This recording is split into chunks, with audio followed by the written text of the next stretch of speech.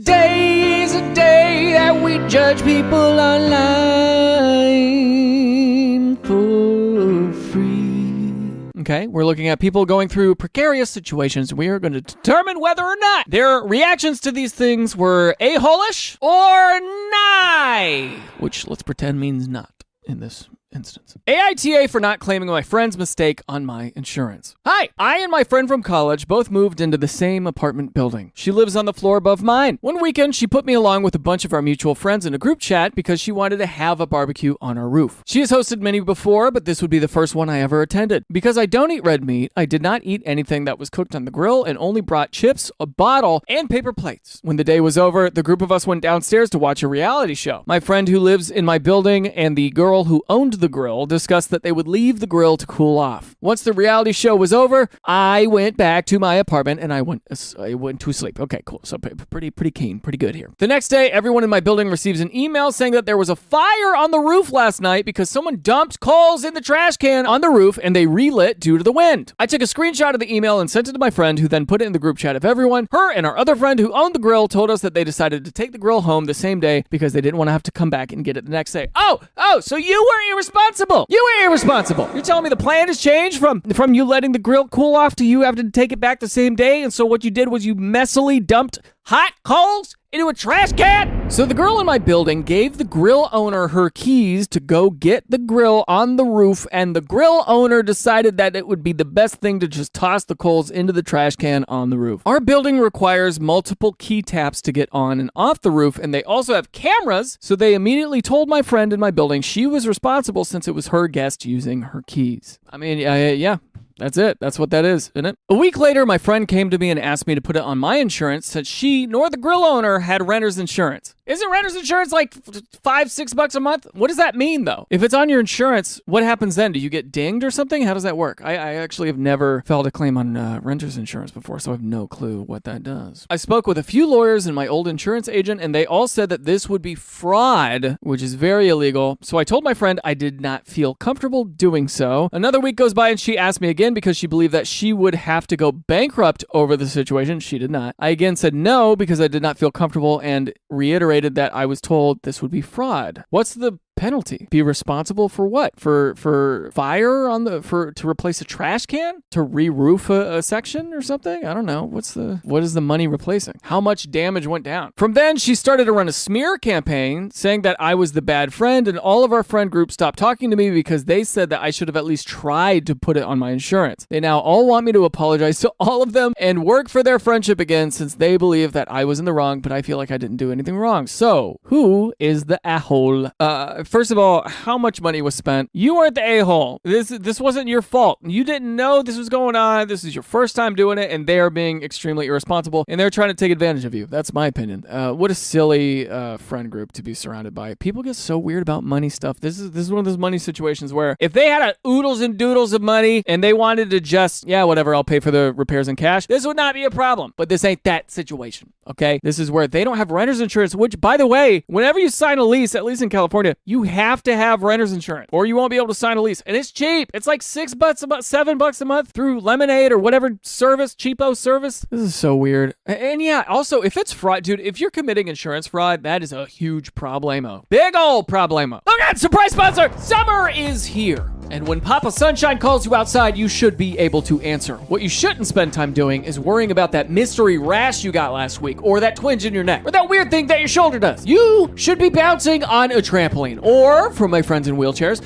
you should be bouncing on a trampoline in your wheelchair. Enter today's sponsor, ZocDoc. ZocDoc is this amazing free app and website where you can easily search and compare high-quality in-network doctors. We're talking dentists, eye doctors, skincare doctors, and providers for pretty much every specialty you can think of. You can filter for doctors who take your insurance, who are located nearby, and who are highly rated by verified patients. I'm talking real people, real reviews. And then you see their actual real-time appointment openings. You pick a time that works for your schedule and just click to instantly book it. Done. And these appointments happen fast, usually within 24 to 72 hours of booking. You might even score a same-day appointment. I have used ZocDoc a few times, by the way. It's so easy, it is insane. So stop trying to tough out that mystery pain you got going on. Head on over to ZocDoc.com/DanielThrasher+, or just click the link in the video description and instantly book a top-rated doctor right now for free. Whew, that was a close one. You ever think about surprise microphone as well?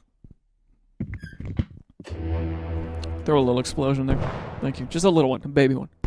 Let's see what the comments say. Top comment says, wow, sounds like you just cut a bunch of cancer out of your life. Congratulations. Your lawyers told you it is fraud. Why haven't you said those words to these people? If they still want you to commit fraud, explain to them that you are not a stupid criminal and it's not your fault someone couldn't use common sense handling a grill and hot coals. I think if they determine that you're being a little weak with this, and what I mean by weak is like you're acquiescing a little bit, you're like, oh, I know, I'm sorry, I'm sorry, I can't do that, then they're gonna like find that weakness. Some people are like this. They'll find that weakness, they're a shark in the water, they'll smell that blood, and they will attack. You gotta be firm with this. Hell no, I'm not putting that on my insurance. My lawyer told me it's fraud. You want me to go to prison over this? No, stop. I'm not listening to you. No, I'm not an option. Think about something else. That's it. You got to do it, and you got to do it quick. You know, some people smell weakness, and they clench onto it. They hold on to that, and they try to take advantage of a person. And they do it when they feel that you're weak. But if you respond bombastically and like just like that, you're like, you know, one time I was at a car dealership. This is really funny. One time I was at a car dealership, I asked the guy, I was like, you think we could get the payments down by, you know, another $100 a month? I swear to God. He looked at me and he went, hell no. Like that. And I thought, okay, I tried, you know. But the truth is, if this guy went, I really don't know. I don't know. If he did anything like that, I would have locked onto that for the next 45 minutes. I would have. It's just psychology. Because he looked at me and went, hell no. I was like, all right, that is a definitive no. There's nothing I can do. There's nothing I can say to anybody to convince this guy to take my car payments down another $100 a month. And I'm sure that's not good negotiating on my part, but it's excellent on his part because he was able to read me and he was able to see that I was looking for an in, and he just boom, I was out of there. I was knocked out of the equation.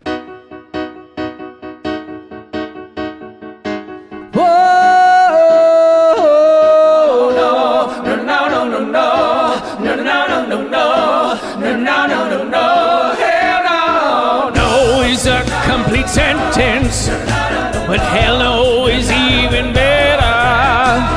No is a complete sentence, but hell no is a letter delivered to your mail.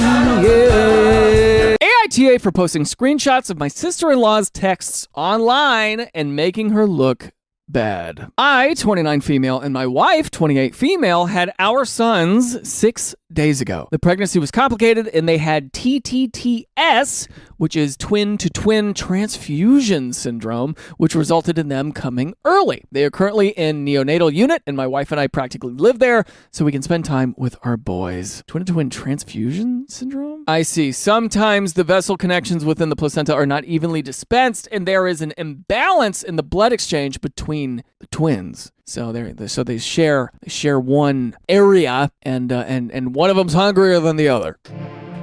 My brother and his wife got married 2 days ago. I didn't want to leave my sons or my wife, so I missed the wedding, though I sent them their gift from us and a text wishing them a fantastic day, and I thought nothing more of it. Yesterday, I got a text from my new sister-in-law explaining that because my wife and I missed the wedding, she'd need us to send her 140 pounds for our plates of food. Okay, interesting. No, I think you got to take that as a loss. I don't know, man. I think a husband and wife take that as a loss. There was an emergency. I asked her if she was joking, and she told me that she got my wife couldn't go as she had to stay in the hospital, but that I wasn't the one who gave birth, so I could have went and saved 2 plates of food from going to waste. Give them to somebody else. Surely somebody wants seconds in that place. What? Just sit somebody else. What? Who says it's going to waste? Pack it up. Eat it later. Think ahead. Because, like, they had their kids 6 days ago. If you were told in advance, then pack an extra plate or something. You have 6 days notice that they're not going to that wedding. It wasn't like a last minute dropout. And even if it was, surely the caterers of a wedding have any type of like to-go bag, like a doggy bag. Hello? I told her she was being ridiculous. Again, this is the sister-in-law. This isn't the brother. This is the new wife in this situation. I told her she was being ridiculous and asked if my brother was aware she was asking his sister for money for food. She brushed that off and said weddings were expensive and she had to try to recoup her losses, and this should be between us, woman to woman. That is so weird. What do you need that money for? Get out of these people's business. They're having a medical emergency. Why would you do that? You as a brand new wife, you are doggedly coming after your husband's sister while they're in hospital taking care of their kids for $140? Goofy behavior. I must say no. Between this and her thinking I should have gone anyway, I admit I lost my temper. Was this over the phone? This was a text, right? I would have just called her. I would have called her up. Hey, hell no. Fuck you. Fuck you. No. Stupid. I ended up taking screenshots of the conversation and posting it to Facebook. Okay, that's the nuclear option. I think what you could do is you could have like threatened her privately about it. Hey, you want to see how stupid you look? I could just take screenshots of this conversation and see what the public thinks. How about that? Then get off my back. Shut up. That's so dumb. Oh my God. This shocked several people in the family, and she must have gotten bombarded with messages as she told me to take it down as I was making her look bad, and people were taking it out of context and thinking she was some kind of villain. What's out of context here? Anything out of context? I don't know. Given the context I'm given, it seems pretty straightforward, doesn't it? My brother called me and told me not to worry about the money and that it was stupid to expect us to pay for the plates, though asked me to take the post down and he'd handle it. He seemed kind of shocked by her even asking this. Okay, so he did ask you to take the post down. Dumb. If your partner is unaware of what you are negotiating for on behalf of the couplehood situation going on, loop the partner in. Because a lot of times, man, your partner's got the better nut en la cabeza, you know? ¿Entiendes que hablo ahora mismo? Did I go too far? My wife is mostly upset by our sister-in-law's comment and how I wasn't the one to give birth, as if it makes me feel less of their mother. Oh, that's really sweet of your wife. She's worried that you're feeling alienated by not having, these kids, by not birthing these kids yourself. Maybe I should have handled it better, but I admit at the time I wasn't thinking very clearly. Edit, I thought I said in the post, but I didn't. Sorry, running on very little sleep. Of course, because you have sick kids. I took down the post when my brother asked me to do so. Okay, so you did the thing. Your brother asked you to take down the post because it's, driving a little wedge in his new little marriage because his wife is a little dumb. Yeah, that's Jesus, dude. What a stupid person. That's awful. NTA, I'd take down the post as requested, though. It has served its purpose. Oh, God. Edited post here, thanks. Your post made me double check. I took it down when my brother asked me to. I seriously thought I added that. I'm running on no sleep. NTA, it would be tacky to ask in normal circumstances, but asking the parent of preemie twins in the NICU is unhinged. Yes. Oh, my God. If I had just had a couple of babies, dude, if I had twins, if my twins were done born, I would be with my partner in the hospital. I would not leave to go to a wedding, leaving my partner in a hospital taking care of two kids in an NICU. Sorry, I'm missing the wedding. I'm sorry. We will get grandma to hold up the phone and we will FaceTime in from the comfort of a hospital bed. Comfort. I don't know about all that. Hey! Ho! AITA for walking out of my parents' anniversary party when my brother announced his engagement to my ex. Your brother's engaged to your ex? Oh, God. Does your town have 5 people in it? If your town has 5 people in it and 3 of them are related to you, sure, this is okay. But if that is not the case, I just discovered my brother has secretly been seeing my college ex-girlfriend over the past year. We broke up 8 years ago and we'd been going out 4 years prior to the split, but we actually knew each other very seriously when we'd been together. So wait, so you were together for 4 years? I challenged him when I discovered this and he said he didn't say anything to me because he didn't want me to get angry with him. Last weekend, we celebrated my parents' 40th anniversary celebration. That's a long time, long marriage. My brother brought her to the party as his guest without letting me know beforehand. Her arrival with my brother left me shocked since we broke up and I hadn't laid eyes on her since then. I'm thinking about this right now. I was with a girl for 4.5 years. If my brother pulled up to a party with her holding hands with her, I would be like, hello? That is a decision. You are making a decision to show up with somebody and you got common sense. All common sense points to, yeah, that's not a brother I want to hang out with anymore. Sorry. And what demented fantasy and what world did you see that and you thought that was a good idea? What? I must calm myself. During the meal, they declared their engagement and my mom began crying tears of joy. So did your parents know about this? I couldn't take it and I left. My brother trailed behind me and we got into a big fight. Hope it was with fists. Hopefully it was with fists. I told him he should have warned me at the very least. He said I was being self-centered and spoiling our parents' party. That evening, my dad phoned me telling me I humiliated the family by leaving. No, they deserve to be humiliated. They deserve to be humiliated. That's insane. You're going to pretend like somebody can't react to earth-shattering brand new information and take it on the chin, dude. I don't care if it's 8 years ago. I don't care if it's 20 years ago. That is strange. He hasn't seen her. They were together for 4 years. That would be so strange. And coupled with it be the new partner, the new wife, potentially somebody who you forever have to be around, who's forever going to be comparing you to your brother. Is it something that you could eventually like get used to and calloused over and be like, yeah, y'all are weird as hell for doing that? Maybe. I don't know. I don't have romantic feelings towards my ex anymore, but the surprise reveal and secrecy at my parents' celebration felt thoughtless. AITA. No, you're not. You reacted how you should. You reacted correctly. That is how you're I gotta go. This is insane. Of course you gotta go, dude. Of course you gotta get out of there. What? And shame on them, too, for doing... God, what a stupid thing. Maybe it was the parents' dumb idea to be like, he can't get mad at you. It's our anniversary. Shut up. Stop. You can never sprinkle enough sugar on a turd and make someone want to eat it. You can't. You just got to know when to deliver the turd, and most of the time, it should be in the bathroom. What I mean to say by that very strange analogy is that if you know you have something bad on your hands, people will be more insulted when you pour a bunch of BS on there. They will just be more insulted. Now, granted, there is something to be said about tact. There's something to be said about, understanding human psychology and all that stuff. Sure. But time and place, homie. A little warm up to the idea. Hey, I just need to let you know I'm kind of talking to your, do you still have feelings for her? No. They thought that they'd be able to sprinkle enough sugar on that turd for you to eat it, but no, dude, you don't want that sandwich. No. NTA, reverse ferning one of them, they would feel the same way. It's weird enough that your brother pursued your ex. Even worse, he'd keep the relationship a secret and then drop a huge bomb in front of a lot of people like that. If I had a friend date an ex of mine, I'd expect it to be made known and treated with the nuance the situation deserves. It does deserve nuance. So obviously for a sibling, that is the literal least he could have done. I'm also guessing that in this situation, your parents must have known about the relationship exactly and hid it from you as well. Exactly. That is so weird. Why does everybody know about this but me? Why? Because it's bad. Because everybody knows it's bad. If it wasn't that bad, somebody would have told me by now. And so the first time you're telling me that my brother is in a relationship with my ex is when he is proposing in front of my whole family and friends and me learning about this information for the first time? No! NTA, he said I was being self-centered and spoiling our parents' party. He was the one that made it about you. He wanted to see your reaction and he wanted you cornered and in public just in case the reaction was bad. Punch him in the mouth. I'm just saying, punch him in the mouth one time. Just a little 1-2. I'm not an advocate for violence at all, but in this situation, you're going to flick him on the nose. Just on the right nostril, make it spin.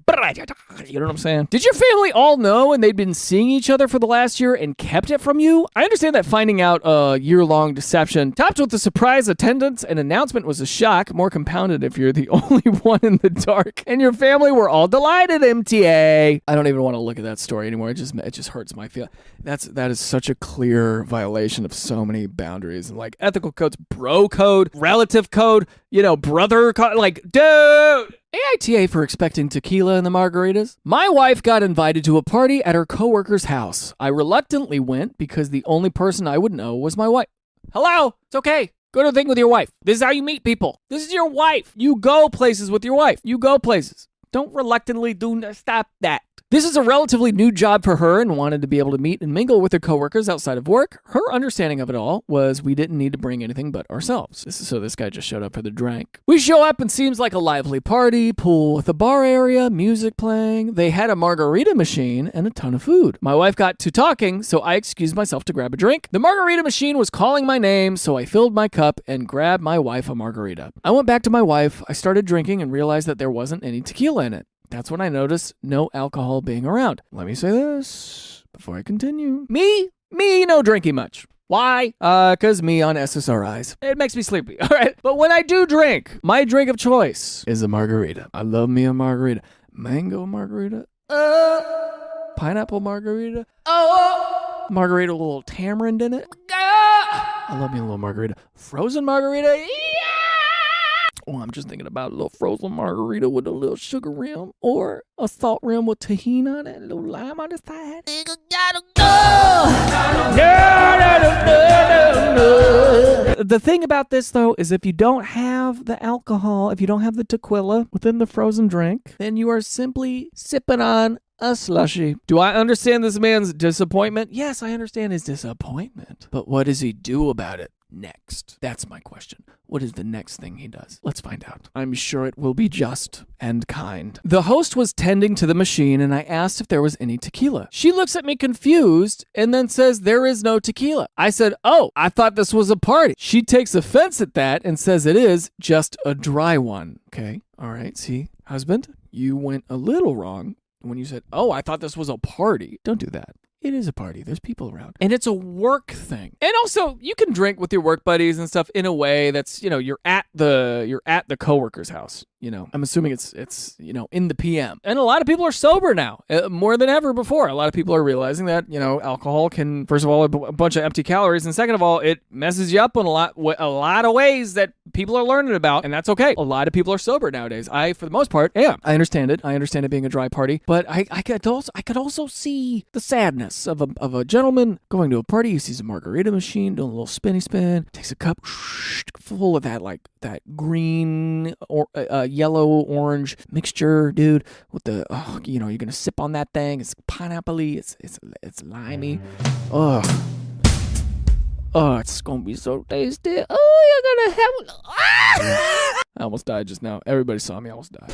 Oh God, I did it again. She takes offense at that and says it is just a dry one. I awkwardly left it at that. I poured out my drink and grabbed some water. Host asks if there was something wrong with it. I said I wasn't interested in drinking straight sugar. You just told a host who was sober for some reason that this happy medium they have, this margarita machine, which might just be a slushy machine. You might have just completely mistaken a slushy machine for a margarita. Hilarious. Because now you look like an absolute alcoholic. It's just like a regular, she got it's Slurpee branded on there and you're like, where's the tequila? It's like, will you relax? This is actually a snow cone maker, you jerk. Now you just look really bad. And the fact that you said you weren't interested in drinking straight sugar, you're being mad at the lack of alcohol there says a lot about you, dude. You need to evaluate that because that's no bueno. That's not a good look, my friend. I understand. Maybe you're anxious to go to a party, a new place. I get it. I get feelings of anxiety, feelings of, God, now I gotta,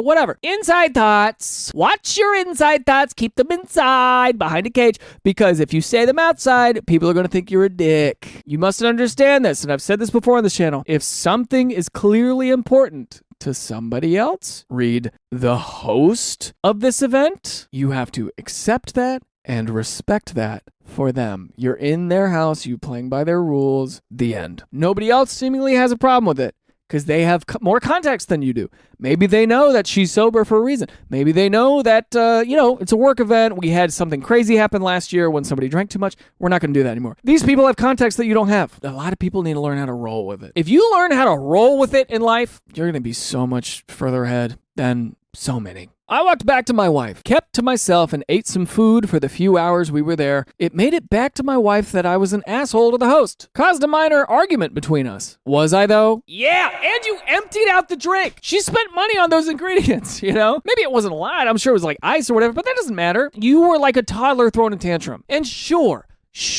a margarita mix, in a frozen drink, yes, that is definitely kind of straight sugar. And truly, I would think the same thing. Because I wouldn't want to drink a bunch of sugar. But in this situation, hold on to that drink. If you catch yourself going, oh, I thought this was a party, and then she takes offense, you see this woman being mad about this, the host of the event, that your wife is new at this job and she needs to get along with these people, and you, as her husband, champion her. You want to make everybody look good. You be the champion that you need to be for this relationship, for this dynamic. If you have a partner that you trust, and if you have a partner that presents themselves well, a power couple is certainly greater than the one. It adds the gestalt of it all. If you arrive someplace and you are truly a power couple, people think differently about both of you because they're like, not only is that person great, but their partner is great. That's amazing. I'm so jealous of them, Like, it's a different feeling. You show up in a power couple dynamic, you feel great. But if you got a bozo in there insulting the host, running around be like, where's the tequila? Get the F out. Get out. Get out. Get out of my life. You're the asshole. Would you not have been drinking straight sugar if there was tequila in it? You insulted the host twice in a very brief interaction because you couldn't drink alcohol. You just embarrassed the out of your wife. 40,000 upvotes on that. 40,000, I believe, is actually the size of Madison Square Garden. Can you imagine doing something where you're standing on stage, Madison Square Garden, and all 40,000 people are pointing at you and going, boo, you're the asshole! You're an asshole! He couldn't even pretend to be tactful. His poor wife, damn. This threw me off. Like, was the tequila supposed to cancel out the sugar? Look, as a guy who has the same thought, you've heard girl math before. Tequila math is the same. If no tequila in drink, then just sugar. But if tequila in drink, then it complete margarita. That's my brain. And you sip on it slowly over time. I get where he's coming from. I completely disagree with everything that he did. I do not side with this guy at all, but I do understand being like, I don't want to drink straight sugar. It's because he said it as an insult to the host. That's obviously the problem, right? But again, inside thought. Keep it in a cage. Lock and key. He was just being rude because he's visibly one of these people who thinks you can't have fun at a social gathering without getting faced. You're the asshole doubly so because these people were your wife's new coworkers and your rudeness and poor attitude is likely to reflect poorly on her. Yes. Oh, I thought this was a party. Implies you can only have a good time if you can get drunk, which is pretty insulting to those whose company you're apparently incapable of enjoying, as well as implying she's a bad host. Oh, I thought this was a party is such a... Dude, what freaking alpha, beta, gamma, theta, pi, zeta, Aretha Franklin are you on, dude? What frat did you come from? You puffing your chest out, beating your chest in front of these new coworkers of your wife? Do you know where you are? Do you have any idea? Were you blindfolded while you drove to this event? Did you have headphones on? Were you drugged? Were you awakened with a pistol whip to the face? Do you think what is wrong with you? Do you think the world is designed to serve your needs at every single stage of your life? No, you must understand that when you go somewhere, there is a new context and a new environment, and your wife needs you to be there for her. Not everything is about you. And what I mean by that is you don't have the right to react how instinctively you may feel. You do not have the right to react like that. You don't have the right to unlock that cage and let your stupid little monkey ideas come outside and talk to the group. You don't have that right. Learn how to live with a little bit of discomfort and you will then grow up. Because you haven't grown up yet, dog. No.